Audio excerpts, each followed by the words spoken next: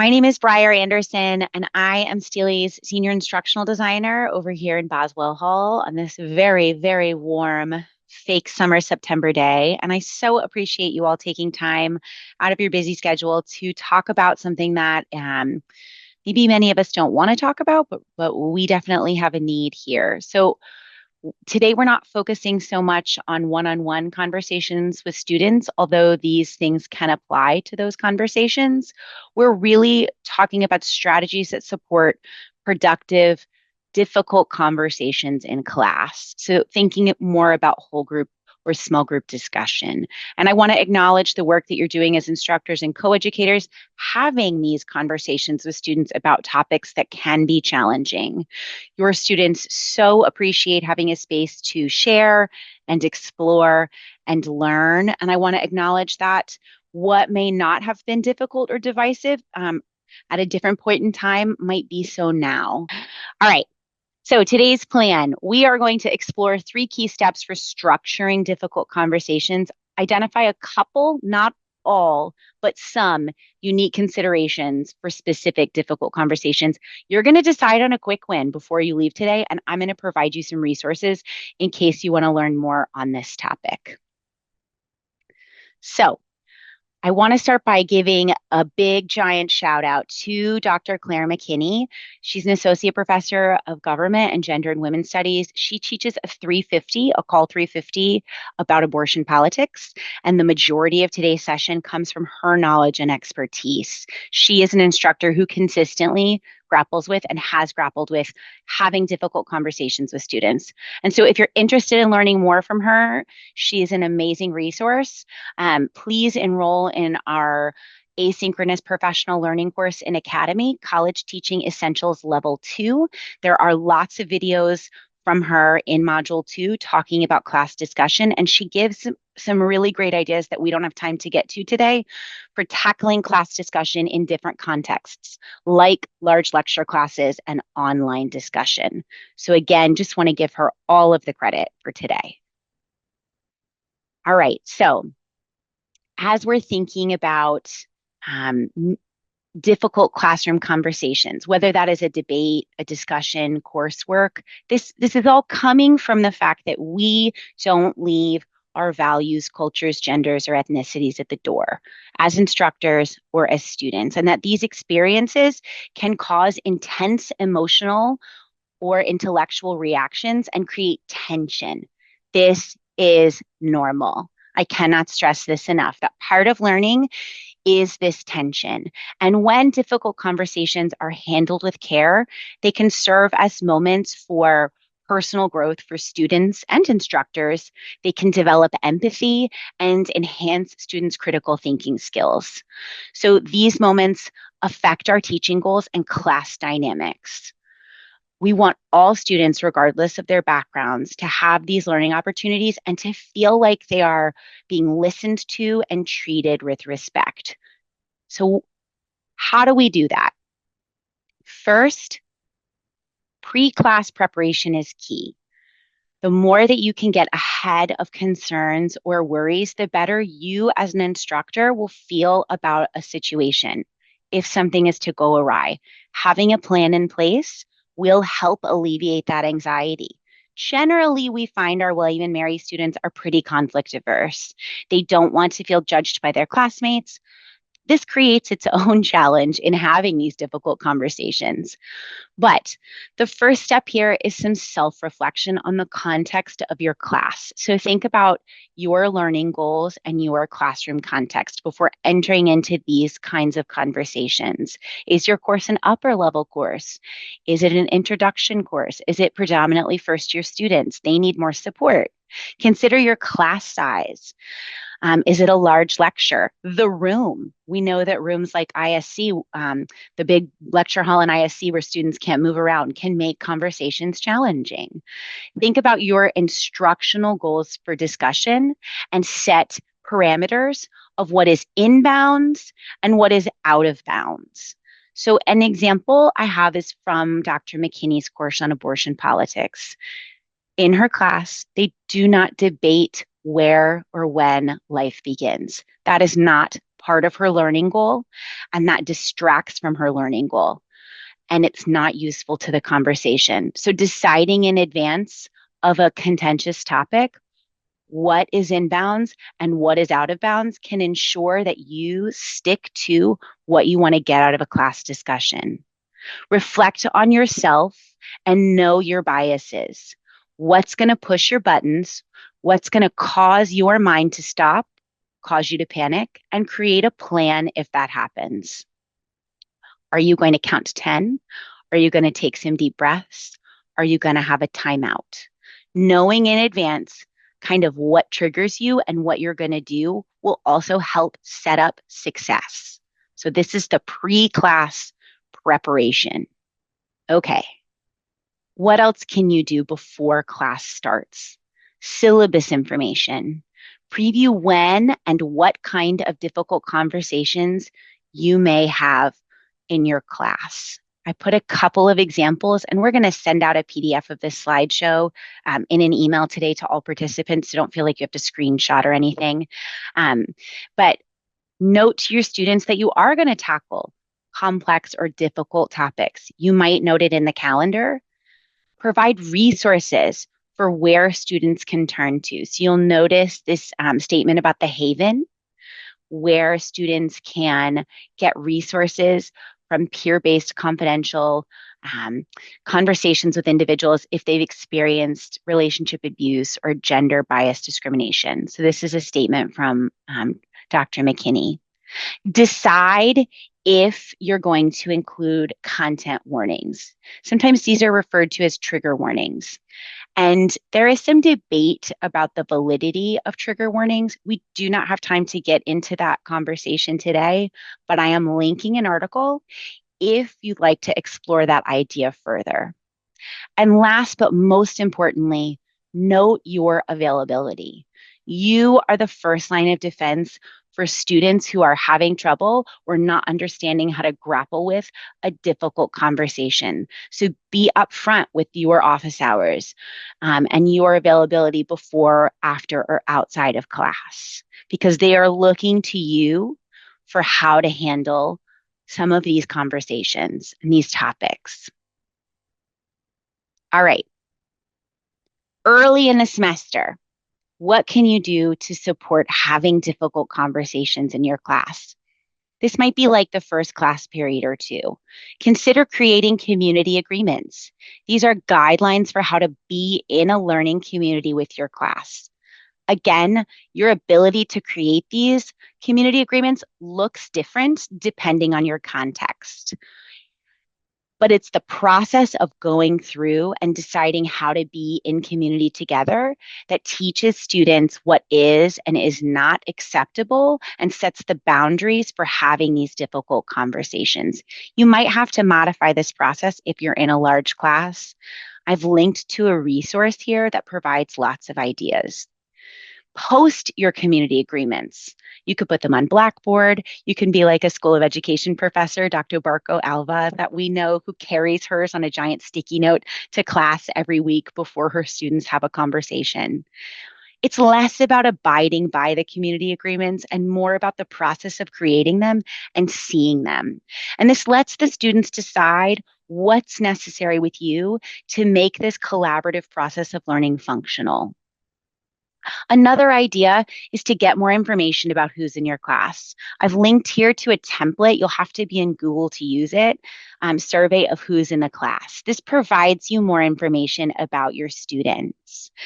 So you'll get some ideas if students have things that they want to share with you confidentially that might affect their ability to engage in a difficult conversation, and generally gives you more background about who they are as people. Last, signal to your students that you are a team. Be open and be willing to make changes to your discussion protocols, to your community agreements, to the way that you are tackling difficult conversations as the semester goes.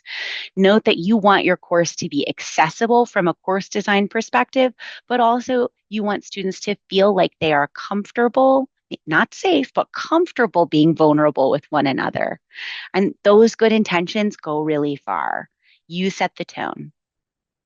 All right. So what do you do the day of? You're talking about a difficult topic. How do you go about structuring your discussions in class, whether that's small group or large group, for success? First, remind your students of the hard boundaries. What is acceptable and what is not? You might have to have a little mini lecture about what those boundaries are. For example, if you are talking about violent or sexually explicit language, maybe you need to say to your students, we're not going to use these words, or these words are in the reading, but these are not things that we say in our classroom. Decide how you are going to approach it and be clear.